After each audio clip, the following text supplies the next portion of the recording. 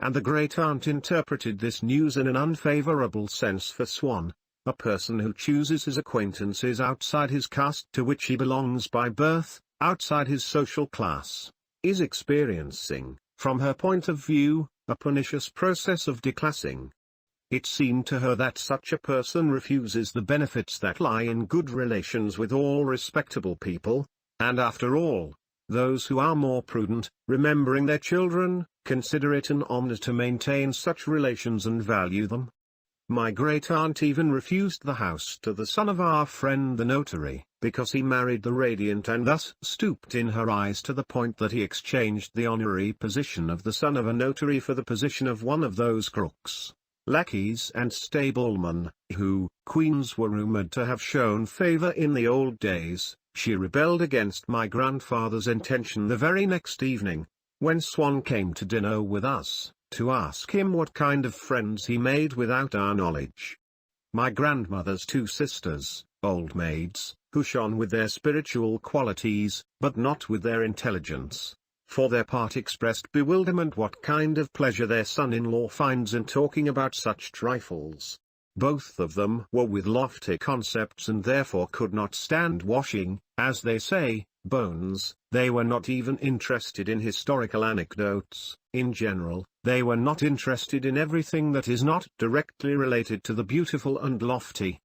They were so indifferent to everything that apparently had a direct or indirect bearing on social life, that their auditory organs, having finally come to the conclusion that when a conversation at the table takes on a frivolous or even low tone, and both old maids are not enabled to turn him to objects dear to them, then they simply do not need them. They stopped perceiving sounds for this time, and, in essence, this was the beginning of their atrophy. If grandfather needed to attract the attention of two sisters, he resorted to the signals used by psychiatrists dealing with pathologically absent-minded subjects, tapping a glass with a knife, accompanied by a menacing shout and a menacing look, to those cruel means that psychiatrists often use in communication with people who are healthy, either out of professional habit, or because they think everyone is a little crazy. On the eve of the day when Swann, intending to come to dinner with us, sent a box of wine to the sisters, they showed a more keen interest in Swann, because my great-aunt, holding the number Figaro in her hands, where next to the name of Corot's painting, which hung at the exhibition, it was printed, from the collection of Mr. Charles Swann, asked, "Did you notice that Figaro honored Swann?" "I always said he had good taste," Grandma put in. "Well, of course.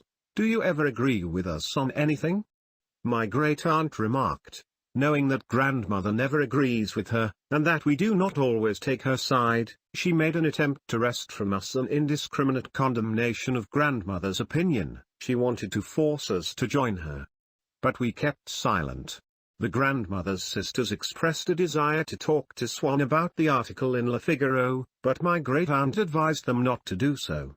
Every time she was convinced of someone's superiority over herself, even the most insignificant, she accustomed herself to the idea that this was not superiority, but a vice, and in order not to envy this person, she pitied him.